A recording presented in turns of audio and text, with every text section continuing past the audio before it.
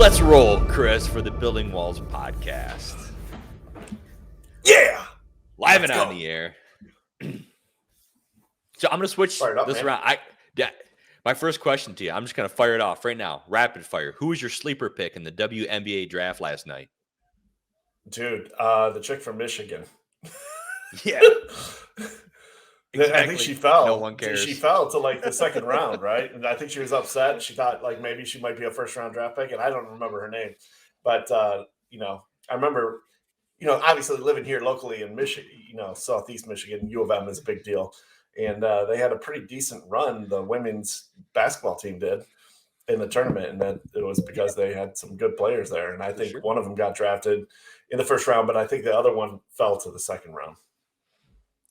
Yeah, I mean, my whole thing was like, we have no idea, right? And that was basically it. I have no idea. I only know that because I heard it on 97.1 The Ticket today. Do you feel like – I feel like they're trying to cram this narrative down our throat that we should care about something that we have zero interest in? I mean, isn't that all relationships?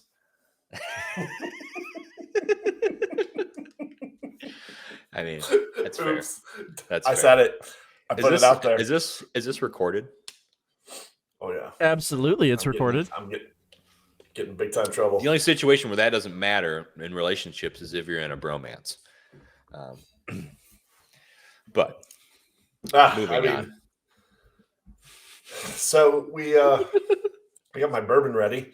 Before you jumped on, Chad, we had a little powwow beforehand, the three of us. Nice. We've all declared had a bromance.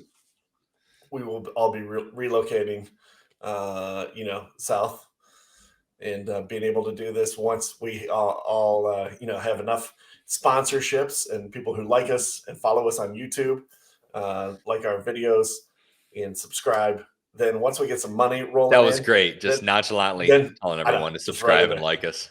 So subscribe and like us, and more than that, share us. Share me with your friends. I want a lot of bromances. I'm like I'm not a monogamous bromance. Oh God! Oh, you can't even believe I even said that. Like the implications of that. Oh Lord. But anywho, either way, we got some drinks rolling. We're ready. It's Tuesday night. Let's roll. Yeah. So let me ask you this too, Chris. I was thinking about this because last weekend was probably the greatest weekend ever in the country, and it happens once a year. And it's the Masters. A tradition like none other. Exactly. So what makes the Masters so special? I had one thought. And it's because the Masters is played at Augusta National every year.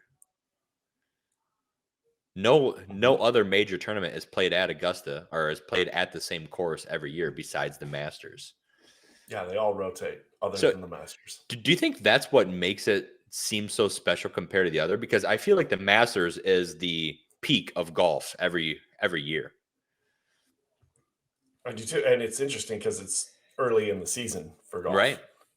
And it's the pageantry.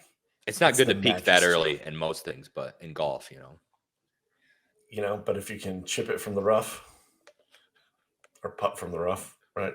How's it go? Are you putt from the rough? Gosh. Yeah. If you're in a bromance. I'm pretty sure. I mean, there it is. Dude, but for real, did you see the guys on 18 wrapping up both of them? Morikawa from the bunker. From the bunker. First of all, I turned to my wife and I said, we're unlikely to ever see that again in our lifetime. Like that will never happen, primarily because what are the odds that two professionals on the final round in the 18th hole are going to be in the same bunker? So the number of times that actually happens is next to none. Mm-hmm. And when it does happen, sure as heck isn't going to be because they're going to, pitch out of that sand trap and roll it right up on a green and into the cup. I mean, amazing. I couldn't even believe it. I stood up and I was watching that too. I stood up, I clapped in my own, living room, and I was like, oh, bravo. Because as somebody who's played golf it seems like a very elementary game, and yet, dude, those guys are good. I mean, These guys are real. incredible. So I think my favorite part was seeing Scotty Scheffler win it for the first time. He's up 5 strokes in the last hole, and he 4 putts. You know, he misses the first putt, which was a very makeable putt. Whatever. And he gets the second one. He's like, oh, man. Pro is going to make a 6-foot putt. You know, like he's made it the entire tournament. And now you make this, you're the Masters champion, you celebrate, it goes great. And he hit it wide. Yeah, I love the guy's attitude because he missed after the third putt that he missed. He just looks up and smiles, and he's like, "That's all right, I got this." Yeah, and the crowd loved it. Yeah. We all in that situation, we all imagine ourselves. I mean, how many of us have golfed and you're on the green and you're like this on the 18th in the final round for the Masters and the green jacket. From 22 feet out, you know, and we've done that 1,000 times. And then there you are, you see a guy, he's in that moment for real. And he just had to embrace the moment. It was great to see. The only guy who I know that I've ever seen putt worse on a consistent basis is Matthew Lang. For when he listens to this show, I hope he hears that line because he's an awful putter. Short games, terrible, but I still love him. And you know what? He spends more time in the sand than David Hasselhoff. I'm just kidding. I love you guys. Shooter. That's great. Oh, man. Have you ever seen that meme picture of Shooter McGavin and Tiger Woods? And it says, here's Tiger Woods and the best golfer in history. So awesome. That is so good. Tiger Woods and Shooter McGavin. Yep. You know what? The greatest golfer of all time takes a picture with Tiger Woods. Yeah. I love in that movie too when he's talking to the commissioner and he's like, yeah, everybody seems to be having a good time. And so and then the guy's like, yeah, you know, it's really good for the tournament and talking about Happy Gilmore and Shooter McGavin goes, well, I don't, Doug. Yeah. I don't want so gold jacket, green jacket, who gives a shit? Yeah, it's awesome. I don't know, man. What do you think? Do you think we're ever going to get to play Augusta? Is that like a dream? You could. I think it's a private course, so that makes it a little harder. I don't know how you have to become a member of Augusta National. But you're Chad Whalls. You're. I mean, if anything, building Whalls podcast. If anything is on the bucket list, it's because it's to play Augusta National. That's for sure. Yeah, looking online, Augusta National has 300 members, but if you think there's a chance of you joining, we've got some bad news for you. It's virtually impossible. The general rule of thumb is that you have to ask about becoming a member, then you're probably not welcome. That's great. So the other crazy thing about the Masters, for us common folk, is that you have to join a lottery and you have to get chosen to have the opportunity to buy tickets to go there. And it happens once a year. So I've been on the lottery for five years now, have not been chosen.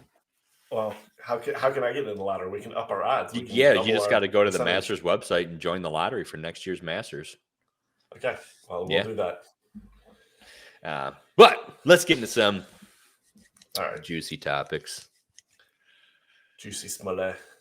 Juicy Smollett. So the FDA, Christopher, can you believe this? The FDA advisors call for a stop to never-ending boosters to figure out a plan about how to live with COVID. So they've already made their rounds. Public is like, yeah, it's a COVID thing. And now they decide to come out. Why now? Midterms. There's an election coming up, but I'm pretty sure there's another variant that's about to run rampant, right about October. Think that's, we're here April 12th. We're about. Why October? I was thinking more like August when the mail-in ballots are going to start to occur. Oh, no. Right? They're going to do it right in October. They're going to do it 4 weeks before the election. And they're going to have all the stuff printed as a contingency plan, making it ready to go. And I'm calling my shot right now. I just think, oh yeah, got to have the backup plan. Got to have it ready to go. But hey, man, I mean, what's the deal? Get the vaccine, and get a second. You know, like you need a second shot. And okay, now you need a booster. Okay, I mean, now you need a fourth booster. I mean, like, what's the big deal, right? I mean, just keep taking shots. Who knows? Who knows? Like, why am I? Here's the big deal. It is a big deal, dog. Because I don't like taking shots over and over again. The only shots I like are the liquor ones, and I don't even like those. You know what I find funny too with this new variant? I feel like they took some naming tips from Elon Musk and his kid over here. It's called Omicron Z. It's spelled Omicron XE in capital letters. Oh. So there's already inklings of different variants out there. I just pull up a few CNN articles, a Fortune article. They're telling us how the next coronavirus variant Shanghai's in straight shutdown right now, allegedly. Yeah. Isn't it crazy how they just sit there and they just give you little tidbits of information to get you used to the news that's about to come. And then all of a sudden, like you said, October rolls around. They're going to hit us. Oh man, the next variant's here. It's more deadly than Omicron and Delta. It'll be like the promotion of The Bachelor. You ever watch the show The Bachelor on ABC? I have once. I know. I've watched a full season once. Sadly, I have watched several seasons. But what's interesting is they all have a common thread. And whether it was Chris Harrison, who was things the host, we don't share out loud again. I know, right? Like, dude, we got a bromance. I'm supposed to be able to share anything I want. That's true. As we're naked watching The Bachelor together. Watching The Bachelor. Like, look at all those girls fighting over that guy. You know? But at the end of the season, the promos are hilarious. It's always the most unbelievable, crazy ending to any Bachelor season we've ever had. That's it, every time. So the following year, coming up next on the most shocking and unbelievable ending finale to the Bachelor season we've ever had. The following year. You're going to have to tune in next week when we come to a full conclusion to the most shocking and unbelievable finale we've ever had in Bachelor Nation. And I swear to God, it's like they're taking their cue. The people running for office are going to be taking that cue, and come October, it'll be like the most deadly and shocking COVID wave of all time is now upon us. Almost like it's scripted, right? It's almost scripted. Like, we're going to have to get the mail-in ballots to have to handle this. And good Lord, it's just ridiculous. It's preposterous. It's a travesty. It just makes me think of. It makes me think of. Chad, for real, I was about to bust out an old beer commercial. I don't know if you remember this. It's a travesty. It's a sham. It's a mockery. It's a Travis sham mockery. Yeah. That's a Bud Light commercial, wasn't it? That's a Bud Light commercial. Yeah. Bud Light has pretty good commercials over the years. Right. You saying that, though, makes me think of the Apple launch events. I mean, even the Samsung launch events happen once or twice a year. Every year, this is our most innovative phone ever. I sure hope so. Because I don't think you're going to launch an inferior product the following year. That just doesn't make sense. Can you imagine if Tim Cook from Apple rolled out and was like, well, this one's a doozy. Tried really hard. And I know i13 was pretty good. The iPhone 13 had the 3 cameras. We thought it cost too much. And you know what? Quite frankly, we're just going to dial it back. And now we have a flip phone. So here you go.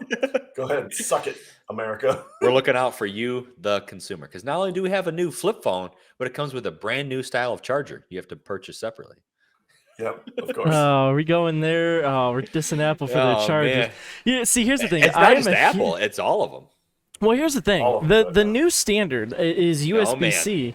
I'm sorry. This is something I'm passionate about. This is where I He was sit. throwing the hands too. He was throwing the hands. I am one of those people. It is a religion for me. I watch every single Apple event live if I can, because it you is want to like see the most innovative product they've ever launched. I also appreciate the cinematics of their events. Like there are times where I will get emotional seeing some of the stuff that they do, not because I think the products are so great that I'm, sitting here falling in love with them, but I'm sitting here and I'm like, damn, that's a gorgeous shot, or that's just amazing. I love this transition. It gets me excited every single time.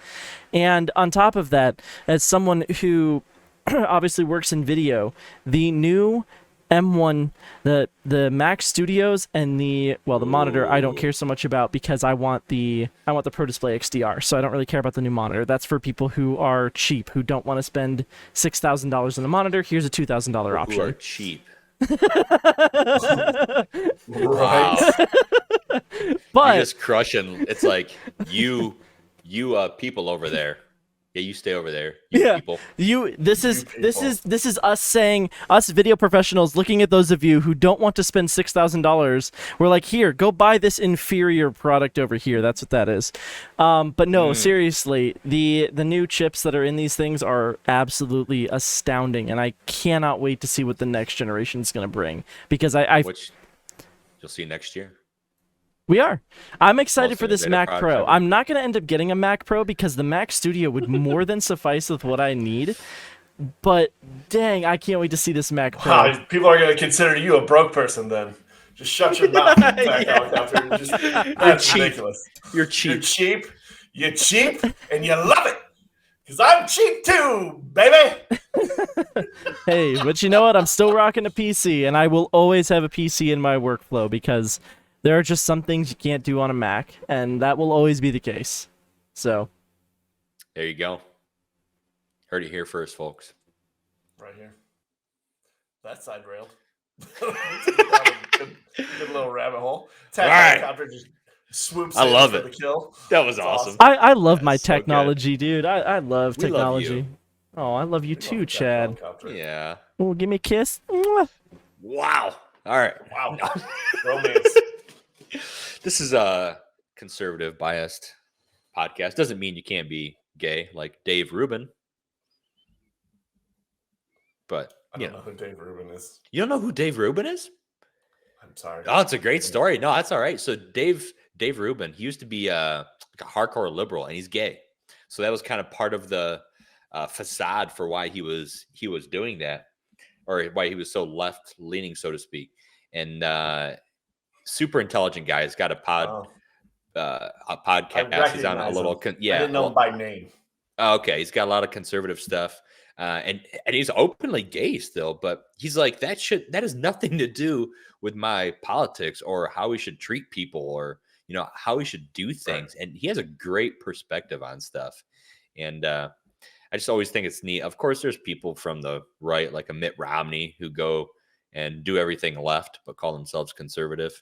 There's people like him who come to the other side. Yeah, rhinos, Republicans in name only. So I'm pretty fascinated with his story and how he approaches everything. I think he's an awesome dude. That's it. Exactly. Should look him up. But man, this week's podcast, real quick, brought to you by Crypto Mining Rex for the third week straight. At some point, maybe they can become our first sponsor. They are the first sponsor. Crypto Mining Racks. Call today. Get your easy start kit, $999, and they'll get you up and running. Perfect. And you'll be able to start mining and collecting your own crypto. Put it in your wallet, hold it, get a little hodl going, and you'll thank us later. Crypto Mining Racks. www.cryptominingracks.com. I love it. It's almost like you have a teleprompter in front of you and you're reading that, doing an official commercial. That's great. I got my commercial voice on. But hey, let's take it right now to the weekly rant. My man Chad Whalls with the weekly rant. Yeah, I was talking to a friend the other day who runs an I9 sports league. If you've heard of I9, that's a franchise across the country that does various sports leagues for youth, mostly. I emphasize youth because that's kind of why I'm ranting about this. And they are now requiring, so they didn't give their franchisees any heads up, unless my buddy missed an email. They didn't give them any heads up, but just all of a sudden, they're required to put gender X on forms for the kids to play. And I guess from what I understand, they're pretty veteran-based organization in terms of people who join the groups or do I-9 leagues, run I-9 leagues, a lot of the franchisees. So it's very interesting that they would come out and do something like that. Zero say from the franchisees whatsoever, allegedly.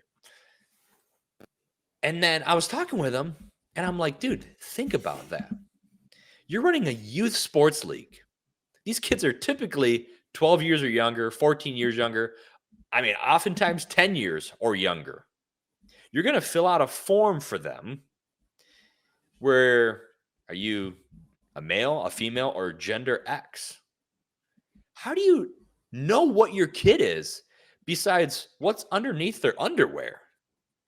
And at what point, here's what pisses me off the most. At what point in a kid's childhood does this question come about? Your kid, just like every kid, I have 2 little girls. At one point, she goes, "Hey, Daddy, I want to have a penis," because she's a little girl. She doesn't know any better. And as a responsible father that I am, what do I say? Not so fast. Girls like you, because you're different from Daddy, girls have vaginas and boys have penises. You don't want to have one because you're a girl. And now that she's 3-4 years old, she understands that. It's not a conversation again because she understands why she has different body parts than her father.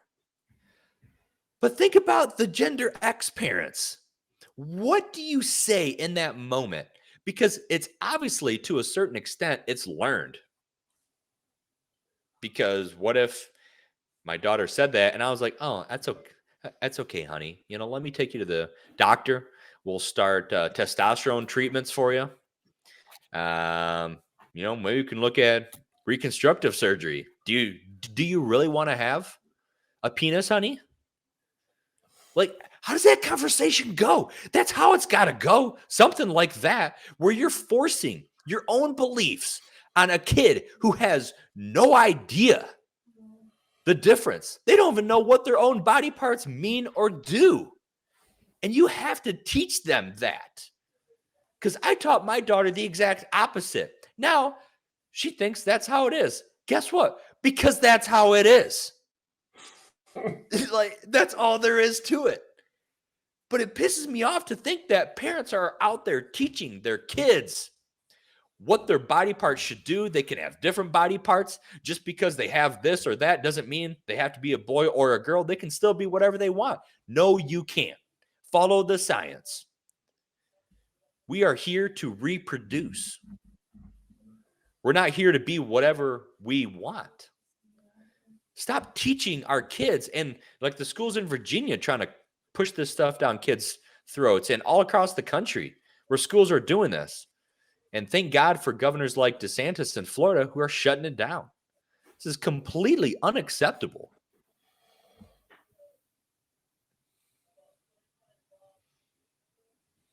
What do you think, Chris?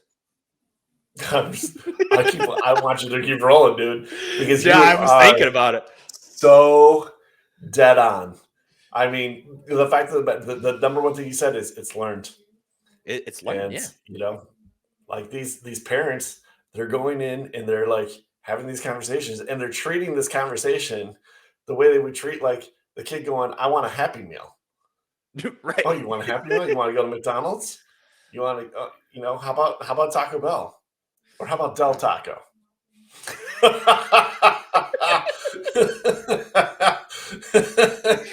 Dude, that's perfect. Del Taco. So let's sure go ahead and be a Taco Bell, honey. Maybe you want to be a Del Taco. Maybe you want to be a Del Taco. I don't know. And but you're spot on. Like, I don't even know how that conversation goes, and it's just coming from weak parenting. somehow it became it. You know what, Chad? And I'm curious, maybe what do you think? Do we think today that people are just at a point where they can't say no to other people, or they're not very good at it, or they're not able to articulate why they feel the certain ways that they feel, and so they're just more like agreeable. And I see Yeah. that where people in leadership, i.e., parents, you're the leader of your family. The kid, you don't have to do what the kid says all the time. You're the parent. It should be the other way around. Now, you want to give things to your kid. You want to make a great childhood. You want them to grow up. You want them to be happy. You want them to be excited about growing up. I mean, I know that a lot of times, when it comes to Kiralee, I ask her, what would you like? Because I want to. But then there are times that I'm like, no, this is what we're doing. Like, if I have something that I'm not going to, like dinner, take dinner. Dinner is a perfect example. A lot of times I'll ask Kiralee if she's, hungry for something specific. And if we have it or we can, make it, that would be, it's just fine by me. But if she wants something that is going to require me to have to go to the grocery store, and I don't have time to go to the grocery store, and I don't want to go to the grocery store because I don't want other things to go bad that we have in our refrigerator, we're going to make what I'm going to make for dinner, and that's what's for dinner. The end. You know why? Because I'm the parent. That's why. Right. Yeah. When you grow up and fill the fridge yourself and pay for that money, right, and everything, and understand how to make decisions by yourself, you can make that call, which is what we all have to learn growing up, because we all have learned that growing up. And I know the last year's been tough, and Biden inflation is tough, and we've had a lot of ramen noodles. But you know what? Inflation will kill you. But shut up, kid. They're only 25. We're going to spring for the shrimp. Don't worry. I got you shrimp tonight. Yeah, you are so spot on with Del that. Taco. You're so spot on with it. It's almost, I don't like using the word soft, but they're soft parents. I mean, I was talking with a coworker of mine a week ago or so, and I was having a conversation where they were just, trying to help her out, figure out what her likes and dislikes are, kind of her style and whatnot. And I could tell that, like a lot of people, she wants to avoid confrontation whatsoever. Like, somebody comes in, angry customer, maybe the techs or the people you work with are upset about something, or they don't want to do something a certain way, and then they avoid confrontation, which makes everything worse in the long run. All stuff does is faster. And then all of a sudden, you've lost credibility. And I was telling her, I was like, listen, I don't like confrontation either. But what I've learned growing up, because I'm about 10 years older than what she is that at certain times you have to understand what you don't like, but understand where that fits into the world and what the long-term impacts of certain things are. And if you avoid confrontation for a short-term gain, in the long term, it will always be worse. So what I told her, I've just learned that. And now I've accepted that I don't like confrontation. And therefore, I work to put myself in situations where there is confrontation so I can learn how to be better with it. Just so I can manage it. Because that's the only way that you're going to get through life, if you're going to manage people, whether it's in parenting, in the workplace, owning a business, anything like that. You have to learn how to manage people. And the only way you're going to learn how to manage people is by dealing with confrontation. Dude, something just hit me when you were talking right now. And because, again, I totally agree that what it comes down to is people need to learn how to get good at confrontation. And I started thinking, like, well, why don't they like confrontation? Why is somebody so afraid to have a conversation with somebody that they might end up on the other side of? And I think the answer is because they approach things like they're playing a game of Monopoly, or they're in the Super Bowl or something, where one mistake, one bad trade in Monopoly, one trade can end the game, right? You've played Monopoly enough, you know this. That's what's annoying. Like, somebody makes a stupid trade and you're like, why would you do that? That, like, you just handed the game to the other person. And now it's just a slow bleed out. And I feel like a lot of people approach their life like that, when the reality is it's a lot more less intense. One mistake, it's more like baseball. There's 162 games, man. You're not gonna go 162-0. You're gonna make an error. They literally have a line item: error, runs, hits, errors, and they keep track of that. Like, there's lots of errors. It happens, and it's okay. It's not, the team that won the World Series last year, which I believe was the Dodgers, correct? Was that the Dodgers? That was the year before, I think. Yeah, I can't remember. Either way, we can look up and see how the many Braves errors did. The Braves did. Oh, the Braves did. Yep. How many errors did the Braves have last year? But they're still the champions. So you can overcome that, and people need to just approach their life a little bit differently. It's not so likely that you're so redlined that your next decision is going to be a life or death decision. It's just not like that.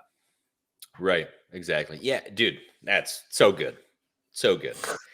That just came to me while you're talking. I'm in the zone, man. I'm feeling it. I'm literally feeling it, man. It's at so many points, people are so afraid to make a mistake. And the crazy part is we make mistakes every day.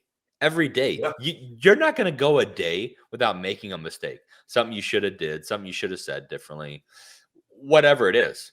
Because you miss trades in the stock market every day that could make you thousands of dollars. Like, we don't think about life like that, but there's people who capitalize on that every day too. Yeah, but Pelosi, guess what? Whatever.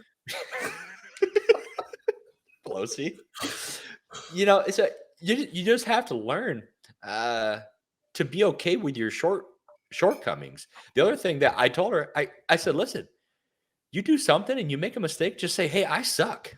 I suck at that. Yeah. Be okay with it.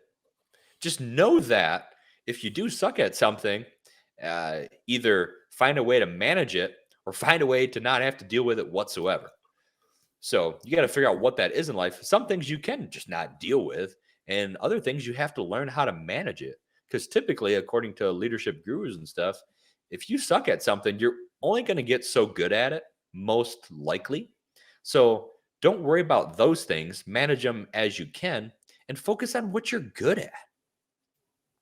Prosper in that in life, whether it is managing people, whether it's customer service, whether it's sales, whether it's drawing, whether it's driving, whatever it is, focus on that and make it be so good in that nothing else matters.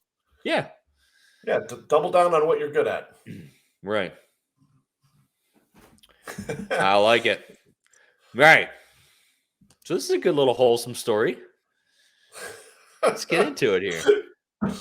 Let's double down on this wholesome story. 101-year-old earns honorary high school diploma after dropping out in the 1930s. Dang. What's up with that? Probably went to war. That's pretty cool. Imagine being. I mean, my question is, what the hell did it take the high school so long to give them an honorary degree? Yeah, not at 100, not at 99. When you get to 101, like, can you imagine that conversation? We were just talking about the conversation you have with your kid if you're like really jacked up. But you go to the principal. Hi, I'm 16. I'm dropping out of high school. I don't want to be in high school anymore. No, sirree. You have to finish this high school. You got to get your diploma. Nope, not today. I'm not doing it. I'm going to go live my life. Well, you're never going to earn your degree. Maybe so. I don't want to earn my degree. You're not getting your degree, not from this high school. Not until you live to be 101. So he turned 101 and like, you know what? I'm going to apply for that honorary degree. Yeah. I earned that. I earned that shit right now. Give it to me. That's great. That's awesome. Good for him. 101 years old. You've seen some life. Yeah. And now he's qualified to flip burgers at McDonald's. Congratulations. You made it. That's great. That's great. Now I'll take an extra large fry with that Big Mac. Let's go. All right, let's get into it.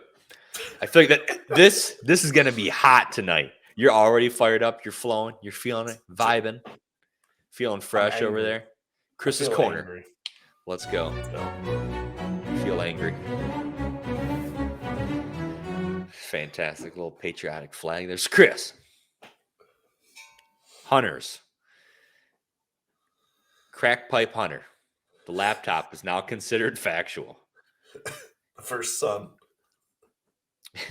Gosh, what should we do with all the fact checkers and the companies that allow this to be called misinformation and willfully lied to the public? I mean, I think they should lose their blue check marks. That's for sure. They're not real people anymore. I mean, you talk about a stain on that whole ideology of we're going to be the arbiters of truth. And it was inevitable, whether it was this or something else, where, on the initial take, the Facebook fact checkers, the Twitter fact checkers, whether it was the New York Times or the Post or any other publication, any news outlet, it was eventually going to be wrong. And that's because at the end of the day, they're not fact checkers. They're opinion guidelines. And I was going to say something really bad there, but I didn't. That's great. I just pulled a Trump. That was like the Dayton's version of Trump. I was going to say a really bad thing, but I didn't. I'm very proud of myself. And now you want to know what I was going to say, but I'm not going to say it. What's funny is it's true that even a broken clock is right 2 or 3 times a day. Well, 2 or 3. Can we fact check that? I'm really confused right now. I feel like there's a joke or like a riddle in there somewhere. It's a reference, but a broken clock is right 2 times a day, right? So they get it right sometimes. Or 3. Or 3. That's great. So good. So good. I love. That's why he's financial Jesus, jokes. wise beyond his years over there. You know what? I was going to apply for a job hanging mirrors, and I could really see myself doing that. Jeez. All right. Let me hit you with the second one. Consumer Price Index hits 8.5%, highest in 4 decades. How do you think this affects the libtards in the midterm elections? Ooh, my man, it's not good. And even the left-leaning, non-fact-checking people at MSNBC and CNN and the rest of them are on board with the fact that this is bad. Because stats, the numbers don't lie. You can't twist this, and people feel it. That's the thing that I don't ever really understand why the Democrats, it doesn't process with them for some reason. That when you're adding cost to them, to the general public, the populace, if you will, they feel it in their paycheck. They're able to do less than what they were able to do under just the past 4 years with Trump. People were able to do, like him or not, you don't have to like him, but there's a stark contrast now between the two policy types, regardless of personality. I mean, like, Biden is a vegetable. The guy can't even complete a sentence, and he's up there. He's a puppet. He says things like, they won't let me go where I want to go. Who is they? Oh, man. They are running it's the hard country, to hear. And they are not the president, and we need somebody else. And the fact of the matter is, the highest in 4 decades, 8.5%. Here's what that means. Because for the average person listening, they go, oh, God, that's bad. This is how bad it is. If you made $100,000 last year, you are now paying $8,500 more for the same stuff that you did a year ago. Right? Yeah. That's what it is. It's a lot of money. $8,500. That's a really nice vacation. That's summer camp for your kid. That's, quite frankly, that's a really nice car payment for the year. That's 8.5% for the big guy. That's 8% for the big guy. So I mean, it's crazy how they think. This isn't good. Point to your least favorite vegetable. Exactly. That's great. It's not hard to point to him, and he's like Mr. Potato Head, and he's totally baked. So He's totally baked. I know. That's great. All right. Let me hit you with the next one here. Biden talks about gun control on the eve of a mass shooting in a New York subway. Coincidence? Dude, I do not know what the relentless pursuit of trying to take guns away from people in this country is ever going to amount to. You can't have things going on the stage like Ukraine and seeing countries get invaded and the stuff that's happening in China right now.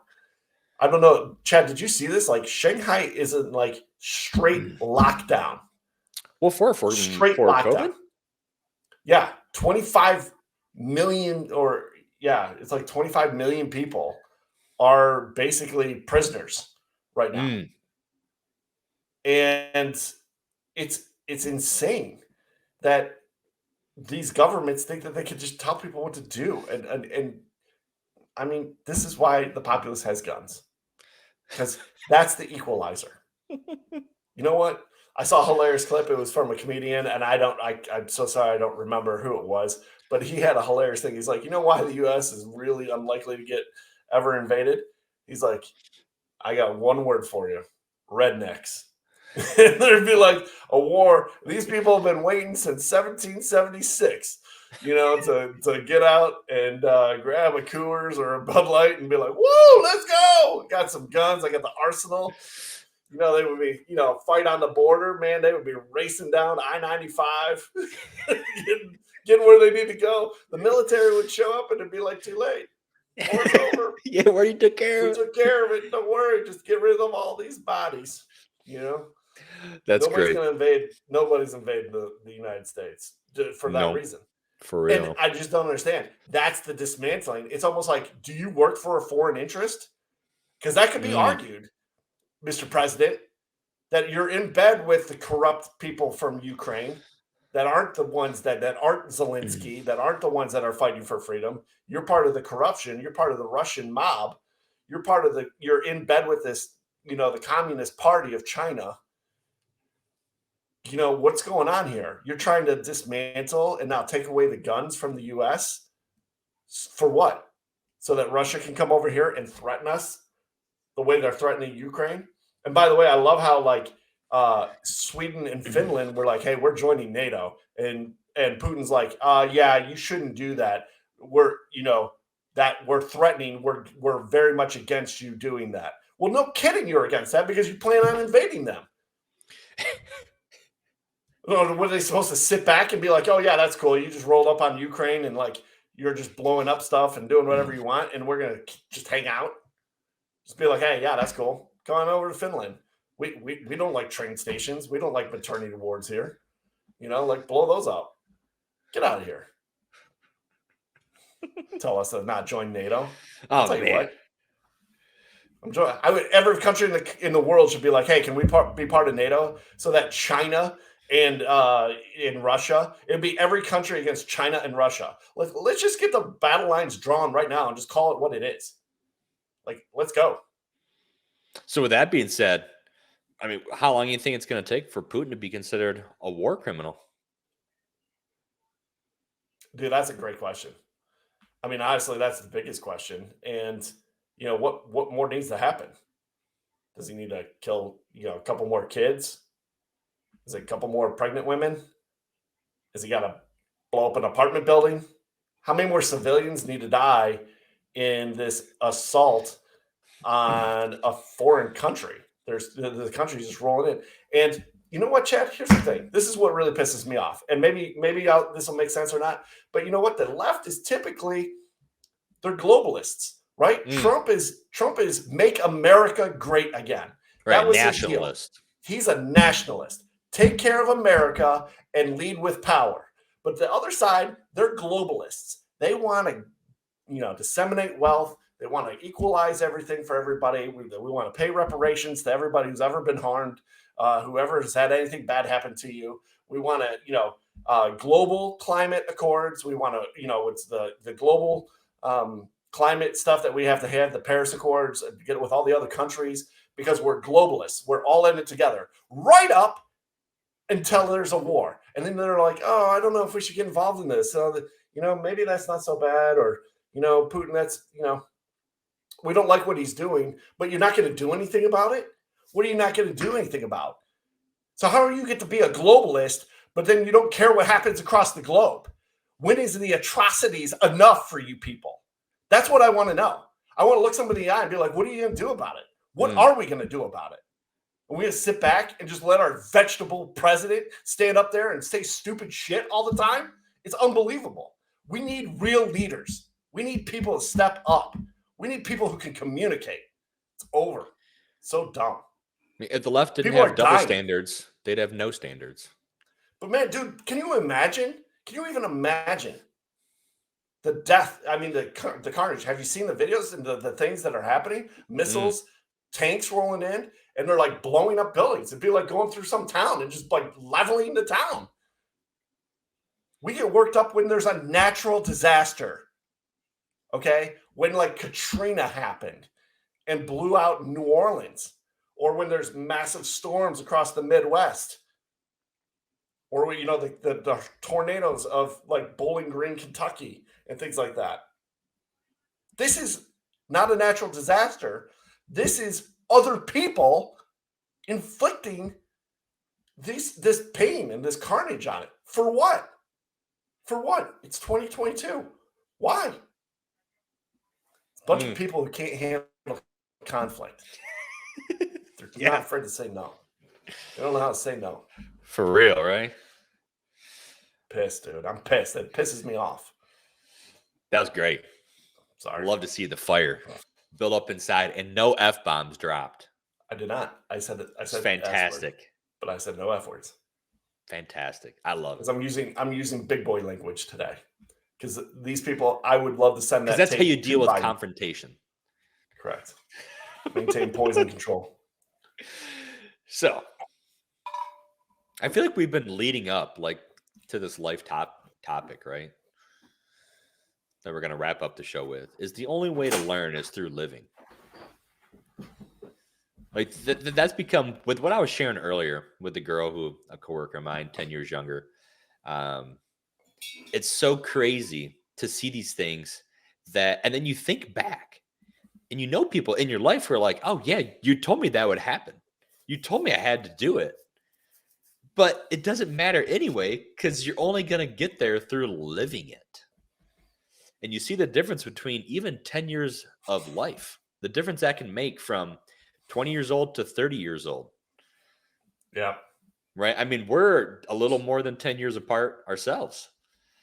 Yep. That's why you're a wealth of knowledge. That's why I'm getting the gray hair like you. You're starting to come in. Yeah. It's coming in through the sides here. That's why I get my hair cut. You can't tell as much. 32. Yeah. You're really starting to see the power gray coming through. It glistens in the sunlight a little bit. I should grow my hair out so I can kind of let it flip around in the wind. The hair just beams off. I mean, the sun just beams off my hair. Yeah. So what do you think, man? It's like, the only way to learn is through living, right? Sometimes experience is the only way, It is. You got to, decades. A decade is a long time. You think about, what you learn from 0 to 10. How to walk, how to talk, how to do all the things. But then 10 to 20. Like for real, 10 to 20 is, man, you're really coming into your own. You're, figuring out a lot of stuff. What gender you are? 30? Yeah. 20 to 30 is a big one. 30 to 40. 30 to 40 was really big because, I remember, being 30 and turning 30 and thinking, okay, that's get your Amway business. I could do at 30, I felt like I could do just about whatever I wanted. If I wanted to travel, I could go travel. If I wanted to, stay home, I could stay home. If I wanted, there was no more like, hey, you're gonna have to work to do whatever. But by 40, 40 is interesting because you start dealing with a lot of people in your life are, getting older, and you confront death a little bit more. And that cycle of life, because you don't really think about it too much when you're 20 and 30, or hopefully you don't have to deal with it. But yeah, I mean, there's only life. You just got to live it. And that's the best educator. Yeah. I mean, it's funny because you can only know this when you look back on it, right? It's like, how do we teach people these things? Or how can you, if you're in like a mentor protege relationship or anything like that, how can you be better with that earlier? Because what's the one thing you hear people say all the time? I say it with you, you say it with me. You're like, dude, man, if I could just know what I would have known 10 years ago, imagine where I'd be now. How many times did you hear that 10 years ago? How many times do you tell people that who are 10 years younger? It's like we all think that we know life. Fortunate. Yeah, we all think that we know life at a certain part, but I'm 100% not the same person I was 10 years ago. Yeah, hopefully. I mean, if you really are, what are you trying to say? To like a high school reunion. Well, if you go to a high school reunion and you meet the guy that's there and you're like, oh, wow, you never changed. It's pretty sad. Yeah. Or there's some people you're like, you have changed. Don't know if it's for the better.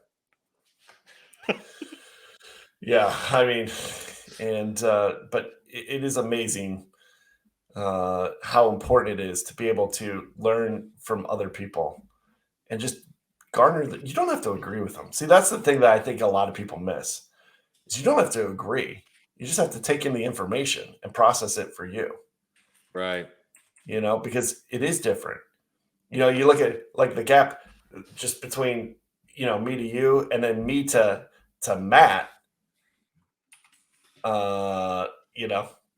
That's, I don't know, 20 years, Yeah, right. And I can give Matt all of the great information in the world that I want to give to him. But he is coming in, Attack Helicopter's got his own set of circumstances, his own issues, his own things he's doing at 20, 24, and sometimes it's just different. That's why we have different generations, right? The crazy part is I feel like he's doing some stuff too that it's exactly like what we're saying. Like, dude, imagine if I could have did that 10 years ago. And he's doing that shit 10 years ago, right? So to speak. It's awesome. Right. Yeah. I'm hoping that by the time I'm 55, that we've coached Matt enough to be like the billionaire friend of ours that just takes care of us. And I'll be like his Pookie, like they'll be doing like a walk through the mansion somewhere. And then they'll be like, hey, and we're just chilling in the man cave. Yeah. Man, hey. Yeah, we're just in the man cave. And it's like, who's that? Oh, that's Pookie. Yeah. Pookie D. All right. Under his eye. Under his eye. Blessed day.